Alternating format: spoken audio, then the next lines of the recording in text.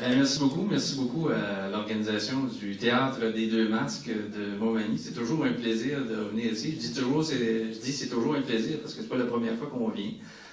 On sait que le Théâtre des Deux Masques fait de l'excellent travail. Il travaille d'une façon exemplaire. C'est ça que moi, je trouve très bien avec cette troupe-là. Puis je trouve que c'est un exemple à suivre pour d'autres troupes. Puis je pense jusqu'à un certain point, c'est une source de motivation. On le voit par l'autre événement qu'on a annuellement maintenant, qui est le Gala des Arlequins. On a une participation qui est record cette année, au-delà de 40 spectacles qui ont été soumis pour le Gala. Alors, ça nous fait très plaisir de voir que le théâtre amateur est en très bonne forme, spécialement ici à Montmagny. Alors, qu'est-ce que c'est le concours création-production théâtre? C'est tout simple. Alors, c'est un concours de création, un texte qui est joué par une troupe. En l'occurrence, cette année, la 7e édition du concours a été gagnée par la troupe de Montmagny. C'est un texte de Mme Catherine Chevreau, Le Berger des Étoiles. Alors, le concours fonctionne de la façon suivante. C'est que dans un premier temps, lorsqu'il est lancé, on en fait le lancement officiel aujourd'hui. Les auteurs soumettent des textes à la fédération. Alors, c'est un texte de création et le critère premier, c'est que le texte ne doit jamais avoir été joué. Il sera présenté au Festival international de Mont-Laurier. Alors, c'est un festival qui, je pense, Gilles en est à sa 5e édition. Exactement. Alors, ils feront partie intégrante du festival. Alors, c'est là que va avoir lieu la première mondiale cette année. Le Théâtre des Deux Masques est très fier, encore une fois, de pouvoir participer à cet événement. Et tient à remercier la FQTA et toute l'équipe qui nous avait choisis, encore une fois.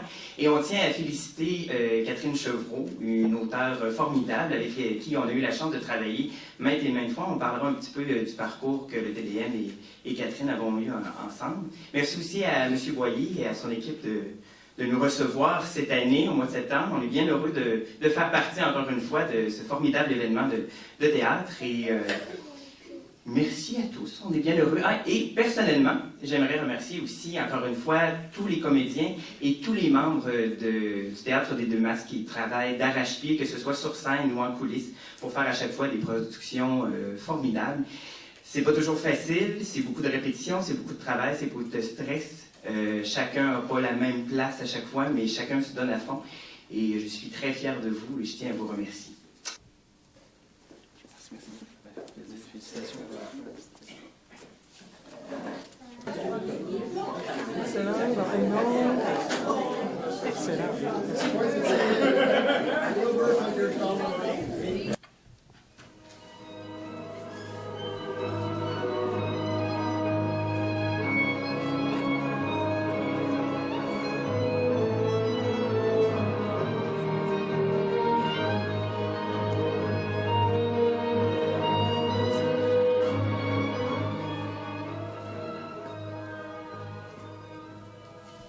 Voilà, madame, une bonne grosse douzaine, pondue de ce matin comme de bien sûr.